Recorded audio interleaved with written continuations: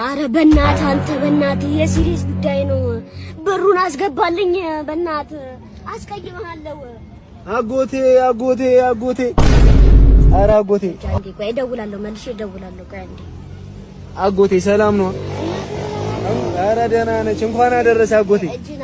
እሺ እንኳን አደረሰ። እንኳን አብሮ አደረሰን። እኔ አባት አጎቴ የበዓል እኮ ወተት በይኝና የሆነ ነገር አጥቼ። አባት ተሻለው? ደህና ነው አጎቴ። ደህና ነች አጎቴ። ምን እየሰራሽ ነው? ያው እናቴም ማሟታል። በቃ የኛ ቤት ነገር ታቋረል አጎቴ። ያው አሜሪካ እያለ ብዙ ነገር በሰው አስልኬብህ ነበር፣ ልታወራኝ አልቻልክም።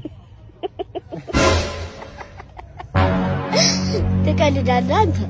ኧረ አጎቴ ልንገርህ አሁን እኔ ማለት ነው አጎቴ እንኳን አደረሰ በድጋሚ። አታስጨንቀኝ። እሺ አጎቴ እጅን ከመስጠት ነው። እሺ እና ብር አሁን የለኝም፣ ግን እናትህ ዋናው ደህና ነች። ኧረ አጎቴ ደህና ነች።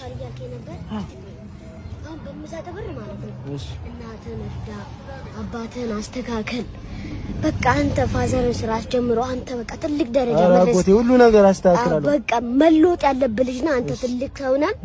እና አባቴ እንጂ ይሄንን 10 ብር በቃ ተለውጭበት አጎቴ። ከፋሻል 10 ብር ነው እንዳይከፋ አጎቴ